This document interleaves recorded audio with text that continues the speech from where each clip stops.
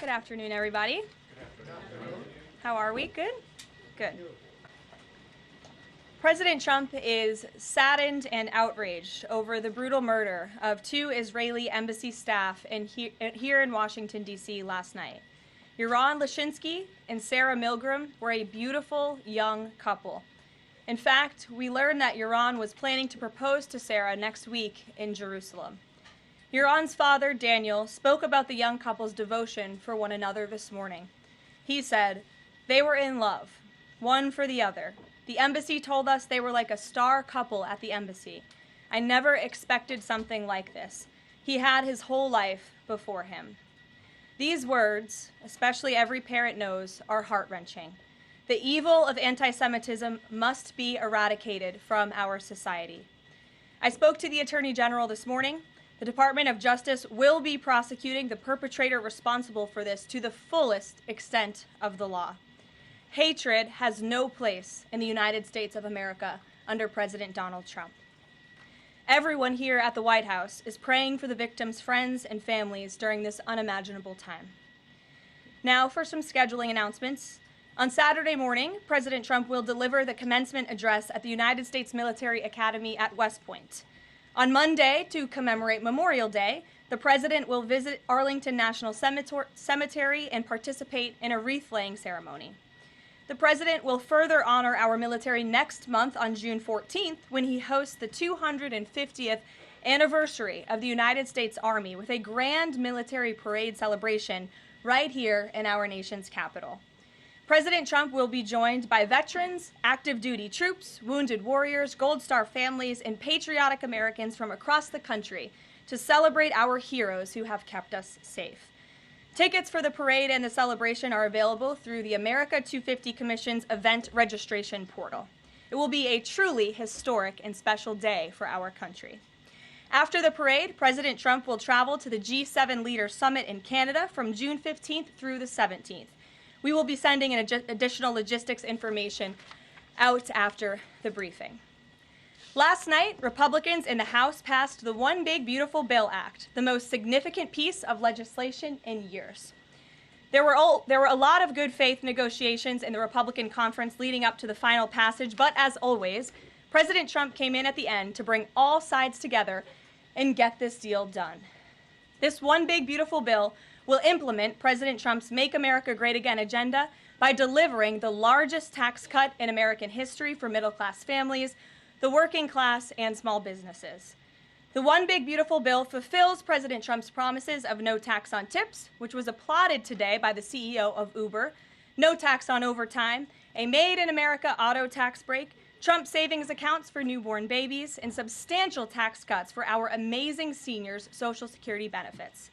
The One Big Beautiful Bill will permanently secure the border by delivering the largest border security investment in history, funding at least 1 million annual removals of illegal aliens to carry out the largest deportation campaign ever, finishing the Trump border wall, and giving pay raises and bonuses for our incredible ICE and Border Patrol agents.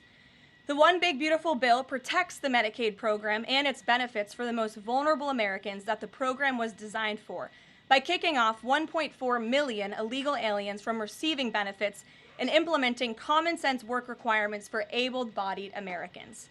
The One Big Beautiful Bill also helps get our fiscal house in order by carrying out the largest deficit reduction in nearly 30 years with $1.6 trillion in mandatory savings. Every single Democrat in the House of Representatives who voted against all of these common sense and massively popular policies. The Democrat Party has never been more radical and out of touch with the needs of the American people. The One Big Beautiful Bill is the final missing piece toward ushering the golden age of America. The Senate should pass this as quickly as possible and send it to President Trump's desk for a final signature. After today's briefing, President Trump will hold a Make America Healthy Again event alongside Secretary Kennedy and several other cabinet secretaries to unveil the Maha Commission report. President Trump wants every child in America to grow up and to live a long and healthy life. That's why he's working alongside Secretary Kennedy to end the chronic disease epidemic to keep our children healthy, safe, and disease-free. The Maha Commission report is a historic assessment the first of its kind by any presidential administration, of current evidence and research about the health crisis affecting America's children. This report is a review of pre-existing research to comprehensively assess what we understand about our health problems and what we don't understand, and how we can find those answers. All of the findings will be based on the gold standard of science. And I think I speak for all MAHA moms across the country when I say we look forward to the president's event and remarks later this afternoon. And as we head into the Memorial Day weekend, a quick update on gas prices. According to the fuel savings platform Gas Buddy, the national average price of gasoline is expected to be $3.08 on Memorial Day. We expect that to continue to decline because of the president's energy policies. But this is down from Memorial Day last year. And adjusted for inflation, it's the second cheapest price for a gallon of gas on Memorial Day since 2003, thanks to President Trump. And finally, in other news, the Department of Homeland Security conducted a deportation flight from Texas to remove vicious illegal criminals in the United States. All of these individuals were sent, or are trying to be sent, to a third country. And President Trump promised to get vicious illegal alien murderers, rapists, and pedophiles like these out of our country, and he is trying to deliver on this promise. But no matter how upset this makes Democrats, we will continue to deport these monsters to keep Americans safe. And here are the heinous individuals who were on that flight. A Cuban national, convicted of homicide, armed robbery, false impersonation of an official, kidnapping, and robbery strong-arm.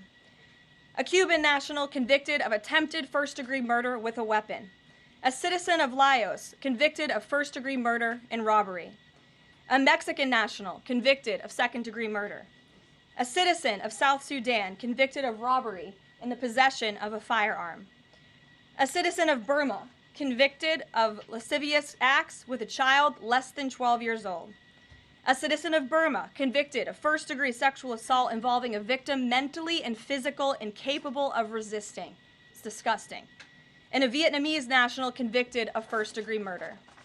Now, a liberal activist district court judge in the city of Boston, Massachusetts, is trying to force the President of the United States to bring these monsters back to our country. Judge Brian Murphy is ordering the Department of Homeland Security to give these illegal criminals 15 days to reopen their immigration cases with access to phones and attorneys. Every single one of these individuals, I will add, had final orders of removal from our country. And now Judge Murphy is forcing federal officials to remain in Djibouti for over 2 weeks, threatening our U.S. diplomatic relationships with countries around the world, and putting these agents' lives in danger by having to be with these illegal murderers, criminals, and rapists. This is completely absurd. Judge Brian Murphy is not the Secretary of State. He is not the Secretary of Defense or the Commander-in-Chief. He is a district court judge in Massachusetts. He cannot control the foreign policy or the national security of the United States of America, and to suggest otherwise is being completely absurd. According to new reporting about this judge, he's a registered Democrat in Massachusetts who during his Senate confirmation hearings failed to disclose his ties to a radical left-wing organization that claimed the word illegal to describe illegal aliens was inherently prejudicial.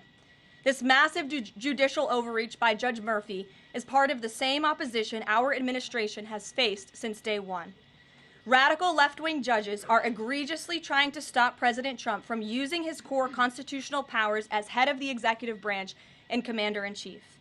These judicial activists want to unilaterally stop President Trump from deporting foreign terrorists and keeping the American people safe.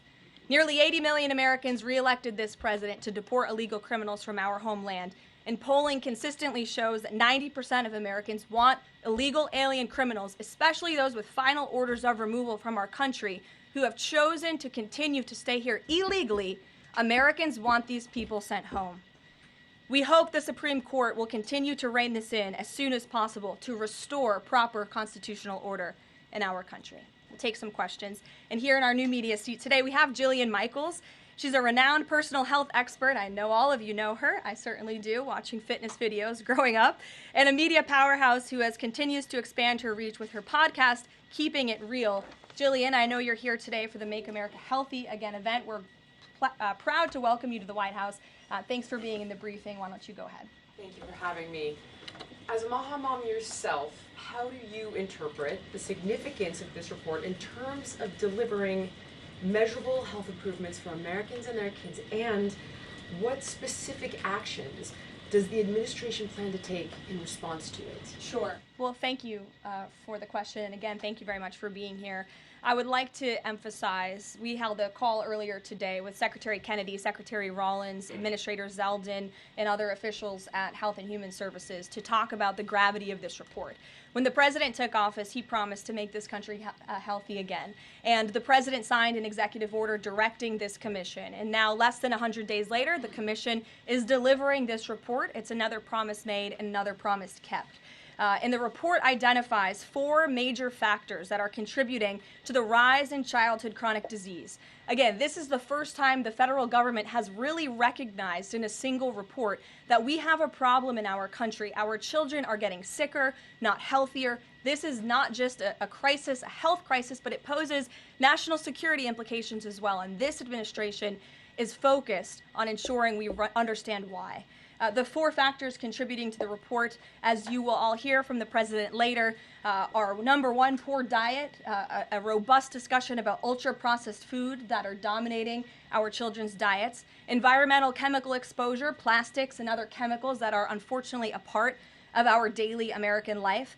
It talks about the lack of physical activity and chronic stress, and how technology-driven lifestyles are contributing to the decline of our children's physical and mental health.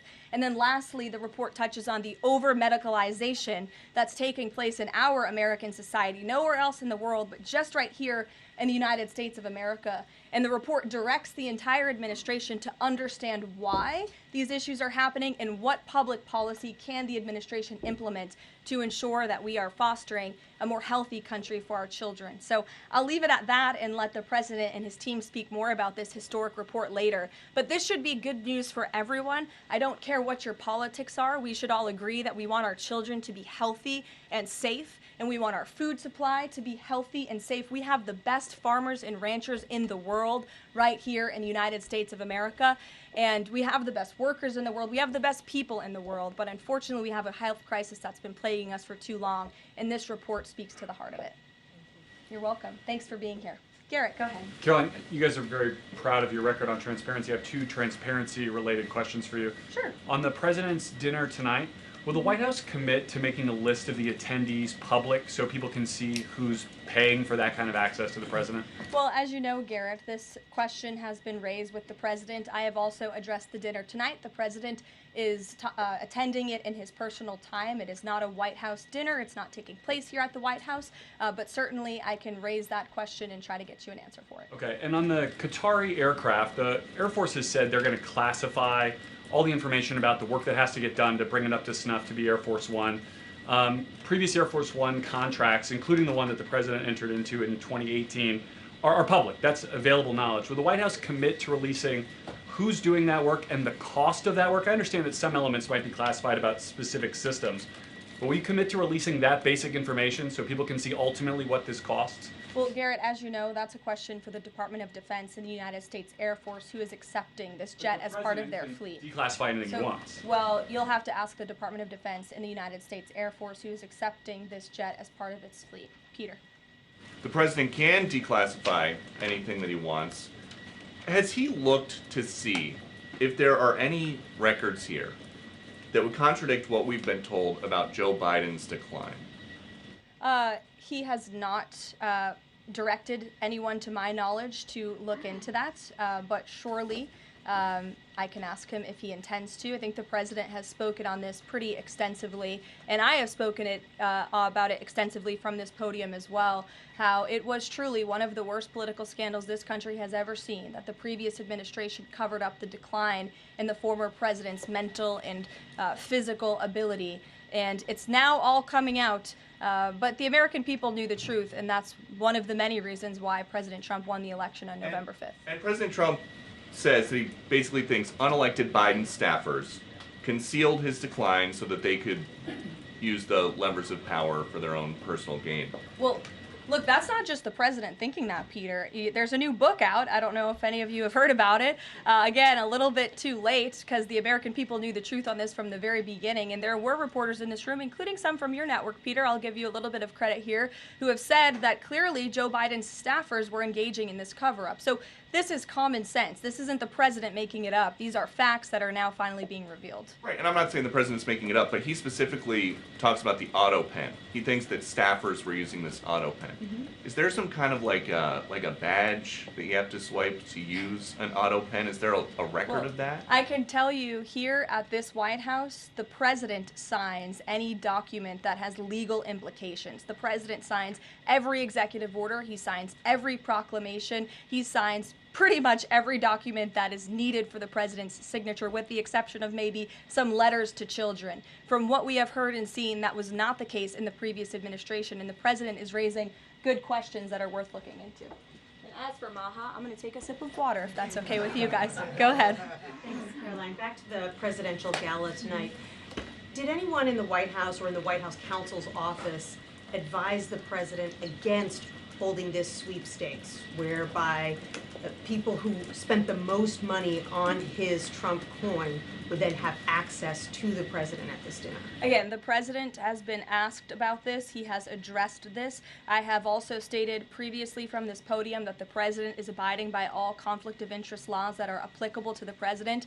And I think everybody, the American public, believe it's absurd for anyone to insinuate that this president is profiting off of the presidency. This president was incredibly successful before giving it all up to serve our country publicly. And not only has he lost wealth, but he also almost lost his life. He has sacrificed a lot to be here, and to suggest otherwise is frankly completely absurd. Does the White House Libby, have go any ahead. concerns? Round of nuclear talks between Iran and the U.S. is going to take place on Friday in Rome. What is the president anticipating ahead of that? And if a deal doesn't come from that meeting, is he going to walk away? Well, I'm glad you brought up Iran, because I do have an update. The president spoke to Prime Minister Benjamin Netanyahu today. They had a productive discussion. They discussed many things, including, of course, the tragic shooting that took place here in Washington, D.C. last night. But they also did talk about a potential deal with Iran, which the president believes is moving along in the right direction. And as the president told me, and he's told all of you, this deal with Iran could end in two ways. It could end in a very positive diplomatic solution, or it could end in a very negative situation for Iran. So that's why these talks are taking place later this week. Yamish, good to see you. Hi, good. Thanks for taking the question. Sure. The president showed a video that he said showed more than 1,000 burial sites of white South Africans that he said were murdered. We know that that was not true and that the video wasn't showing that. So I wonder, why did the president choose to show that? What's not true, Yamish? It's not true. The video was showing a burial site. It is unsubstantiated that that's the case. No, it is true that that video showed the crosses that represent. Which is what the president claimed. The video showed images of crosses in South Africa about white farmers who have been killed and politically persecuted because of the color of their skin. The president And those claimed crosses that it are was showing a representing their burial lives. Those crosses are representing their lives in the fact that they are now dead, and their government did nothing about it. Are you disputing that there's no... Disputing the fact that the video showed what the president claimed it showed, because it did not show that. But even more, what I'm asking you is who at the No, White it House... did show that. It showed white crosses representing people who have perished because of racial persecution. Verifies the videos that the president shows, and what protocols are in place when there's unsubstantiated information being put out for the world and world leaders to Yamish, show? what's unsubstantiated about the video? The video shows crosses that represent the dead bodies of people who were racially persecuted by their government. In fact, the Associated Press, of all places, has a picture of that very monument, and the caption from the Associated Press is, "Each cross marks a white farmer who has been killed in a farm murder." So it is substantiated, not just by that video and the physical evidence that everybody saw on display in the Oval Office, but also by another outlet in this room, the Associated Press. So you should take it up with them if you believe the claim is unsubstantiated, and that's a ridiculous line of questioning. John, go ahead. Go ahead, John. Thank you, Caroline. The big, beautiful bill now goes to the Senate. Does, yes. A lot of the Republican senators have promised amendments that will water this thing down dramatically. What is the president's level of tolerance for their amendments to water it down, and what will be the action taken for some of the amendments that the president does not want? Sure. Well, the One Big Beautiful Bill is named the One Big Beautiful Bill for a reason, because it is a one big beautiful bill that encompasses just about everything this president could want for the American public. It delivers on so many of his core campaign promises. So surely we want to see those campaign promises signed into law. And as the president put in his Truth Social post this morning, and as he said to me, we can celebrate this past the House for a couple of hours, but now it's time for the Senate to get to work. The president has a great relationship with Senate Majority Leader Thune, and of course so many friends on the Senate side of the Hill, and he's expecting them to get busy on this bill and send it to his desk as soon as possible. Phil. Thank you. Given that the president said the other day the SALT cap, we don't want to benefit Democratic governors, if the Senate was to reduce that SALT cap or make any type of changes, would he support that, or is this a situation where done is beautiful and he just wants to pass it? Well, look, it's a hypothetical question, obviously. Negotiations. Well, correct, and the bill passed, didn't it? So now it's off to the Senate where additional negotiations will take place, and we'll see how it goes. Michael. Caroline, two questions on the beautiful bill. One of the campaign promises from President Trump was no tax on Social Security. Now, due to congressional rules, that wasn't able to be included in this bill. How does the president plan to follow through on that campaign promise? Well, this bill did address taxes for our seniors. It actually allows them to take off significant money from their Social Security payments, get more money back, I should say, put more money in their pockets for various reasons. So this bill delivers on that promise. That's the view of the White House. Secondly, you had two Republicans last night that voted against this bill, Congressman Massey and Davidson. Does the president think that they should be primaried? I believe he does, and I don't think he likes to see grandstanders in Congress. What's the alternative? I would ask those members of Congress. Did they want to see a tax hike? Did they want to see our country go bankrupt? That's the alternative by them trying to vote no. And the president believes the Republican Party needs to be unified, and the vast majority of Republicans clearly are and are listening to the president. They are trusting in President Trump, as they should, because there's a reason he's sitting in this Oval Office. It's because he's the unequivocal leader of the Republican Party. Not just a president for Republicans, but all Americans. The president's approval rating is at an all-time high right now, and it's because he knows how to deliver. And Republicans like Thomas Massey and others should take note. Stephen.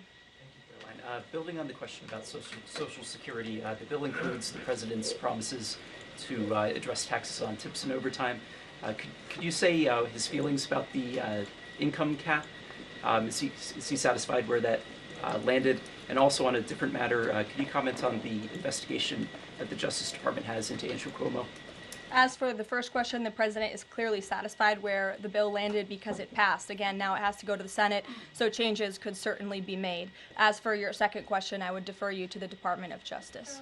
Christian. Yeah, thanks, Caroline. Can you explain the decision to totally shake up FEMA leadership just a week before hurricane season? You'd have to ask the Department of Homeland Security in terms of leadership, but certainly the administration, and I know the National Security Council here at the White House is monitoring storms and natural disasters that are happening across the country at all times. We're briefed on those. The administration is briefed on those, and Secretary Noem is leading that effort for sure. Switching gears, Caroline. Yeah, just following up on Warren Davidson, I wanted to read you his quote that he posted online. While I love many things in the bill, promising someone else will cut spending in the future does not cut spending. Deficits do matter, and this bill grows them. Why should that get a Republican primary? This bill saves $1.6 trillion for the American taxpayer. It saves more than any bill that has ever passed Capitol Hill has. In fact, by double. The next bill saved $800 billion. This bill saves $1.6 trillion. So this is a very good bill for the American people, the American taxpayer. And I believe, as an outlet put it with a headline this morning, it might have been Politico actually, they wrote that the American people are going to be flush with cash when this thing is signed into law. And that's a good thing for American taxpayers. Sure, go ahead. Caroline, what is the president doing to win Senate passage by July 4th? And does that include work to eliminate carried interest and make business tax cuts permanent? Where is he on those issues? Well, look, this bill literally just passed the House of Representatives, so now our team is suiting up for discussions with the Senate side of Capitol Hill. The president again said this morning he hopes to see this bill at his desk as soon as possible, and he'll be engaged in the process to get it through the Senate, just like he was to get it through the House of Representatives. What kind of assurances did he give the Freedom Caucus members to kind of ensure that this would get through? Last night was changes to Fannie Mae and Freddie Mac part part of that equation changes administratively to Medicaid as well? Well, I was in that meeting yesterday with the president and House Freedom Caucus, and he told them how he wants to be a cheerleader for them, a cheerleader for the Republican Party, and for the country. And Republicans faced a pivotal moment yesterday. They could have voted to bankrupt the country and increase taxes by $4 trillion, or they could vote for this one big, beautiful bill which cuts taxes and saves American taxpayers money. And he put that proposition before them, and clearly they heeded the call because the bill passed last night. Sure. Caroline, so on the Or this morning, rather. Every day is going into the next. Go ahead. The Netanyahu call. Just curious, did the president raise the flow of aid into Gaza? Is he happy with where that situation is right now? Not to my knowledge, but I can certainly go back and check. And did you have any reaction to the Supreme Court's ruling about the religious charter school today, as well as Justice Coney Barrett's decision to recuse herself? We'll get you an answer on that case specifically. Sure. You mentioned the president has a good relationship with Leader Thune. Has he talked to him specifically about the plan to get this through the Senate? Does he plan, or is he going to reach out to Republicans who have voiced concerns? Not to my knowledge has he spoken to Leader Thune this morning. He very well could have. I just wasn't briefed on that call. We can go back and check for you. The president did speak to Prime Minister Netanyahu this morning. He also had a call with President Sheinbaum this morning. He was receiving his intelligence briefing. He's been very busy all morning. But again, he certainly intends to remain active and engaged in these negotiations with the United States Senate to get this bill done. And just following up on the dinner tonight, you mentioned this is not a White House dinner, but the president is always the president, and the Trump family is making money off of this. So can you just explain, how is this not the president using the office to enrich himself? All of the president's assets are in a blind trust, which is managed by his children, and I would argue one of the many reasons that the American people reelected this president back to this office is because he was a very successful businessman before giving it up to publicly serve our country. Reagan. Thanks, Caroline. Last week, the president told Brett Baer that he trusts his people, but thinks that the official narrative on his assassination attempts are, quote, a little bit odd.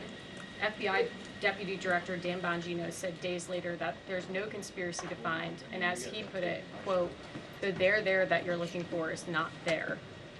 My question is the president personally satisfied with the investigations into the attempts on his life? And does he agree with Deputy FBI Director, or does he think there's more to it? Well, in the lead up to your question, you answered your own question with the president's own words, and I'll leave it at that. Sure, go ahead, Haley. Thank you, Caroline. Haley, go ahead. Oh, thanks. I wanted to follow up on his call with Prime Minister Netanyahu in his effort to reach a deal with Iran.